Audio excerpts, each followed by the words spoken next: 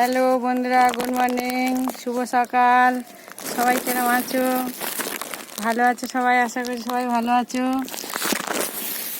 দেখো সকাল সকাল একটা কাজ করছি। দেখো, হাতে প্লাস্টিক লাগাবে, লাগিয়ে নিয়ে কচু কাটবে। কচু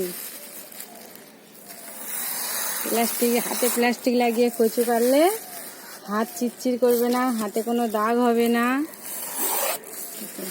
সকাল সকাল একটা ভালো জিনিস শিখিয়ে দিচ্ছি বন্ধুরা।